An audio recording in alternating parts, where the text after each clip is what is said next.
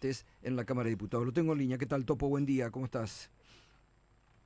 Buen día, Gato. Muchas gracias por la posibilidad de dialogar esta mañana. Bueno, a ver, venís siguiendo muy de cerca, ¿no? Cómo han ido achando esta ley que en un momento era ómnibus, pero que ahora, bueno, ha sido allí cortada en varios aspectos. Pero nos interesa que nos comentes, ¿no? A ver cuáles son los aspectos relevantes a tener en cuenta y cuáles son aquellos que perjudicarían a los laburantes, ¿no? Como bien decís, esta ha sido una ley que ha venido sufriendo una cantidad de podas, tanto en cantidad como en calidad, muy significativa y no se parece prácticamente en nada a la que obtuvo hace ya un poquito más de 3 meses Mm. un dictamen en la madrugada del 24 de enero sobre el cual vamos a volver ahora porque hay algunas similitudes. Ahora, el proceso de reelaboración de la ley se encontró en las últimas horas con lo que vos has denominado, me parece muy acertadamente, el plebiscito social por la educación. Sí, sí, sí, Es total. decir, que encuentra al gobierno en una situación de debilidad donde por encima de cualquier estructura y organización, la sociedad se manifestó hace 48 horas. Ujú. Eso hizo que ayer el dictamen que se aprobó en el plenario de comisiones haya tenido muchas, entre comillas, concesiones hacia sectores de la oposición. Pero aún así, y ahora vuelvo a la madrugada del 24 de enero, solo logró ayer 6 firmas más que hace 3 meses. Hace tres Mm. meses tuvo 55 firmas. Y una noche en C5N hablamos con vos de que ahí se terminaba una etapa del gobierno de Milei porque ese proyecto no se iba a aprobar, iba a caer. Ujú. Bueno, ahora te afirmo, Gustavo, que Ujú. este proyecto va a ser aprobado en general, pero va a tener reveses significativos en artículos muy importantes para el gobierno. Por El ejemplo, primero, a ver. el primero es el de las facultades delegadas al Poder Ejecutivo. Yo no veo condiciones para que ese artículo que le delega facultades económicas, administrativas, financieras y energéticas tenga una fácil aprobación para el gobierno. Veo muy difícil que se lo aprueben. Y te adelanto que ese es el principal artículo para el gobierno. Porque teniendo como el gobierno tiene en vigencia ya el DNU 70-2023 y habiendo aplicado una reprogramación del presupuesto que le garantiza un ahorro o un ajuste de no menos de 35.000 millones de dólares al año, porque el ajuste no es solo en las universidades, es en todas las partidas del presupuesto nacional. Teniendo esos dos instrumentos, el gobierno lo único que quiere ahora, lo único que quiere mi ley, es plenas facultades para decidir sin el Congreso en materia económica, financiera, administrativa. Todo lo demás es prescindible para el gobierno. En todo caso, le puede interesar a algún sector del empresariado, Ujú. le puede interesar a alguna provincia en particular, Sí. pero no miente mi ley cuando se cansa, cuando no se cansa de repetir que si no le aprueban esta ley ahora, a él no le importa.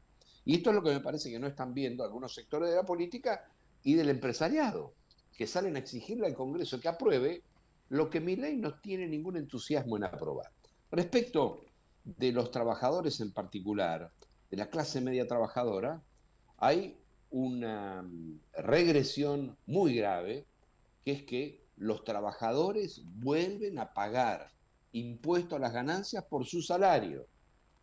Hay no menos de 800.000 o 1 millón de trabajadores que volverían a pagar impuesto a la ganancia. Esto no Claro. tiene ningún fundamento, Ujú. porque si hay un problema con el financiamiento a las provincias, porque el año pasado aprobamos con el acompañamiento de Milei y de Villarroel, repito, con el acompañamiento de Milei y de Villarroel, la exención del pago de impuestos a las ganancias de los trabajadores, lo que debe hacerse es coparticiparse el 30% del impuesto al cheque, y eso equilibra a las provincias en lo que han perdido de recaudación por ganancias y no le afecta al gobierno nacional porque el gobierno nacional aumentó brutalmente el impuesto país apenas asumió.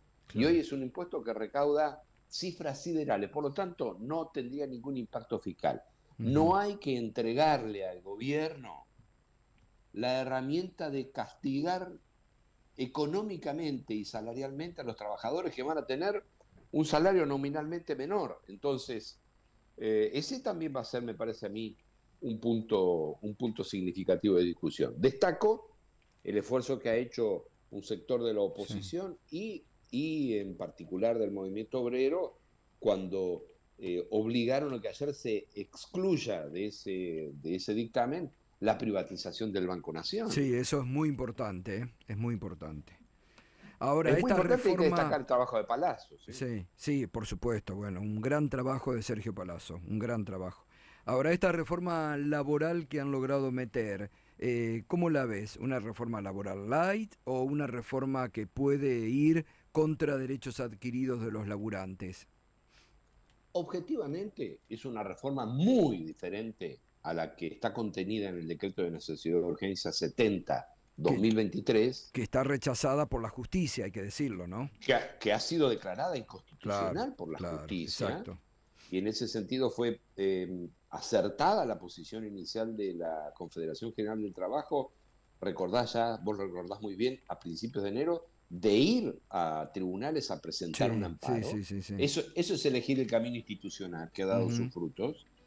Pero también, y esto quiero destacarlo, es mucho más liviana Mm.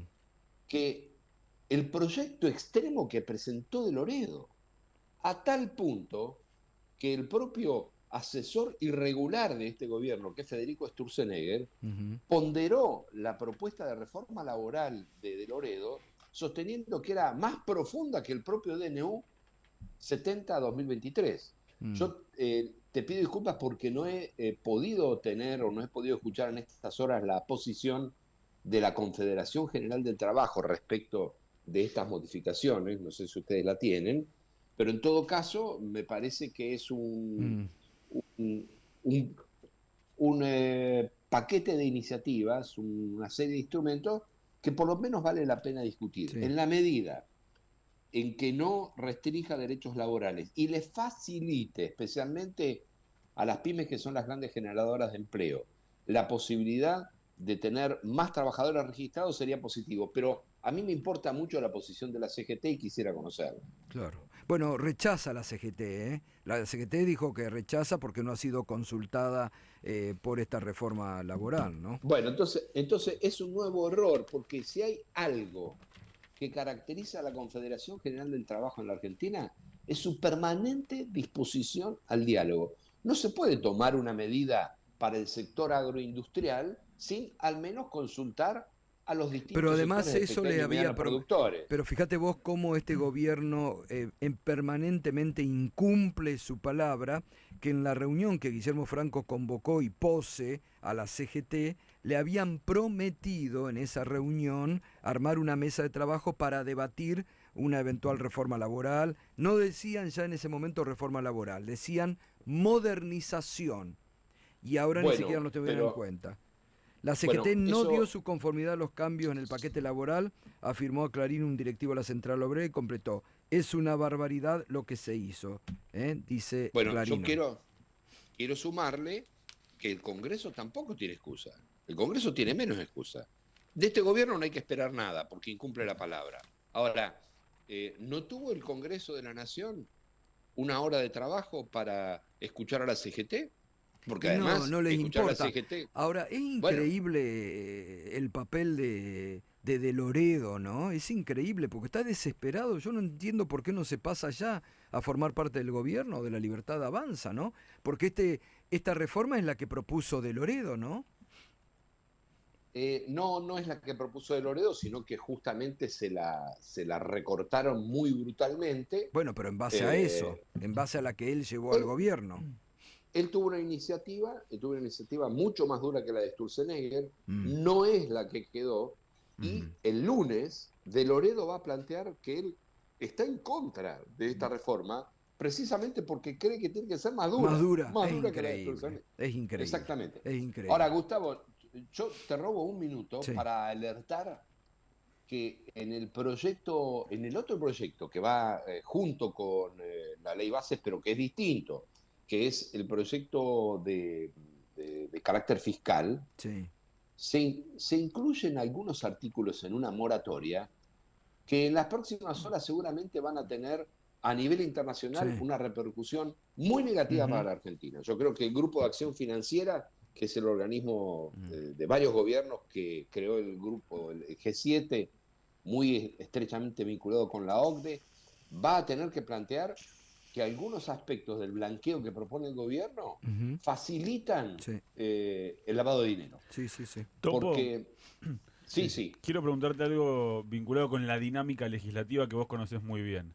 Tanto sí. ayer Germán Martínez como el día anterior Leandro Santoro nos dijeron en minuto uno que prevén que se trate en los próximos días también en diputados el DNU. ¿Se puede incluir en la sesión prevista para tratar la ley bases? ¿Cómo sería la forma de darle tratamiento aprovechando el quórum?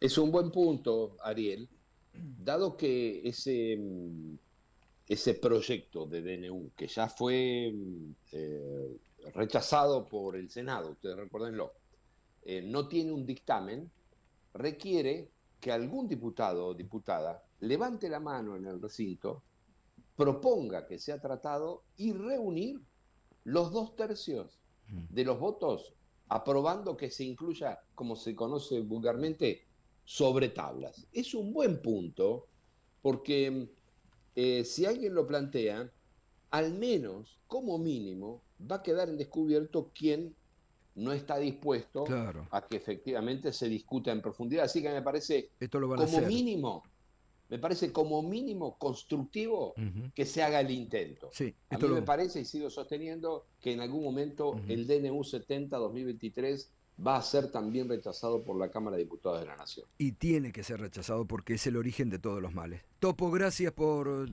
tu síntesis importante. Gracias. Gracias a ustedes, muy buenos días. Que tengas buen día. Alejandro Topo Rodríguez, ex legislador y bueno, haciendo una síntesis.